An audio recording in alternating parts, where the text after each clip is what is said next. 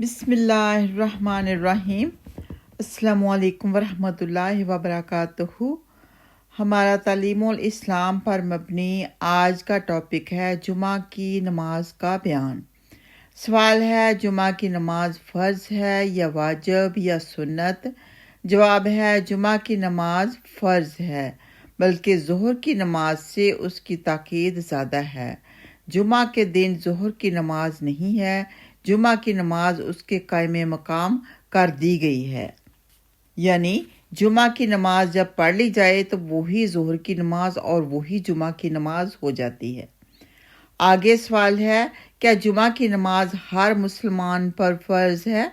जवाब है, जुमा की नमाज आज़ाद, बालिग, समझदार, तंदुरुस्त, मुकीम मर्दों पर फ़र्ज़ है।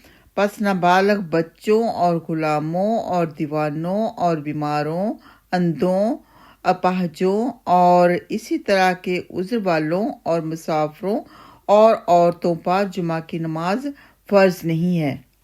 आगे सवाल है, अगर मुसाफिर या अंधे या अपाहज या औरतें या बीमार जुमा की नमाज में शरीक हो जाएं तो उसकी नमाज दुरुस्त हो जाएगी या नहीं?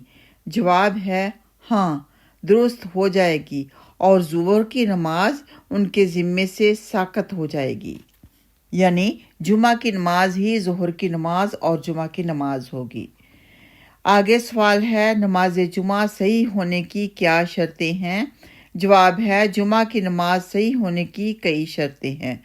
अव्वल, शहर या शहर के कायम मुकाम बड़े गांव या कस्बे में होना।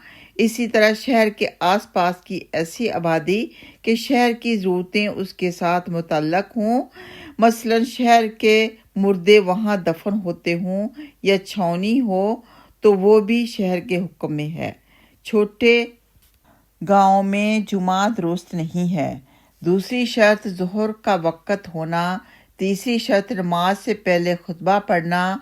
चौथी शर्त जमात और पांचवी शर्त इज़्ने आम होना।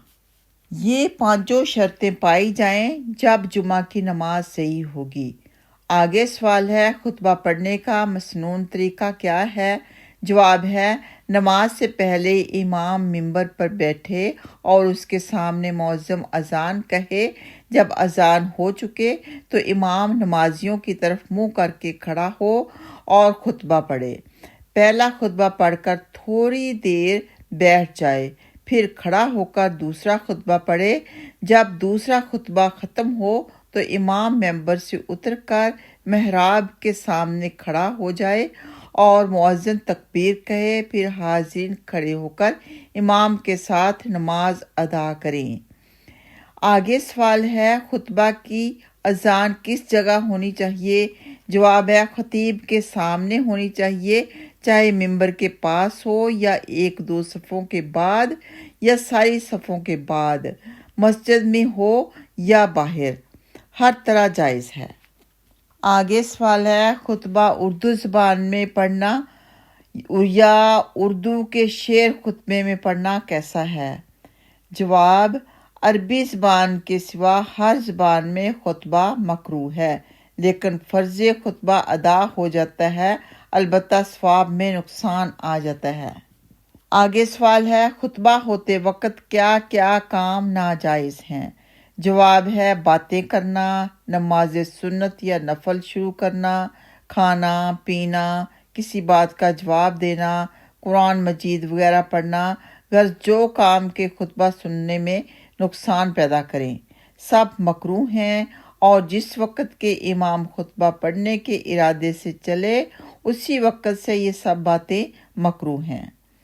आगे सवाल है, नमाज जुमा के लिए जमात शर्त होने से क्या मुराद है? जवाब है, जुमा की नमाज में इमाम के सिवा कम से कम 3 आदमी होने ज़रूरी हैं। अगर 3 आदमी ना होंगे तो जुमा की नमाज सही ना होगी। आगे सवाल है, इज़्ने आम से क्या मुराद है? जवाब है, इज़्न के मानी इजाज़त के हैं। इज़्ने आम से मतलब ये है कि सबको इजाज़त हो, जो चाहे आकर नमाज में शरीक हो सके। ऐसी जगह जुमा की नमाज सही नहीं होती कि वहाँ ख़ास लोग आ सकते हों اور ہر شخص کو آنے کی اجازت نہ ہو تو وہ اذن عام نہیں ہوگا۔ آگے سوال ہے، جمعہ کی فرض نماز کی کتنی رکعتیں ہیں؟ جواب ہے 2 رکعتیں ہیں۔ چاہے شروع نماز سے شریک ہو، چاہے 1 رکعت یا اخیر قاعدے میں شریک ہو، 2 رکعتیں ہی پوری کر لے۔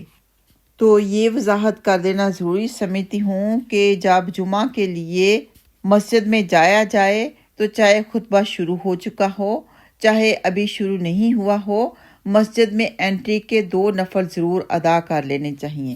2 نفل ادا کر کے ہی بیٹھا جائے، یہ مسجد کا حق ہوتا ہے۔ اور مسجد میں انٹری کے 2 نفل پڑھنے کے بعد اگر ابھی خطبہ شروع نہیں ہوا تو آپ اور نوافل بھی پڑھ سکتے ہیں۔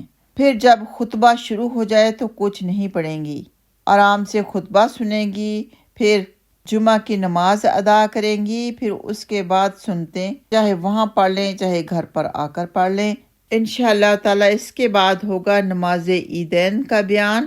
اللہ سبحانہ تعالیٰ ہم سب کو قرآن و حدیث کے مطابق، سنت کے مطابق اپنی زندگی گزارنے کی، عمل کرنے کی توفیق عطا فرمائے، غور و فکر کرنے کی توفیق عطا فرمائے، آمین۔ السلام علیکم ورحمۃ اللہ وبرکاتہ۔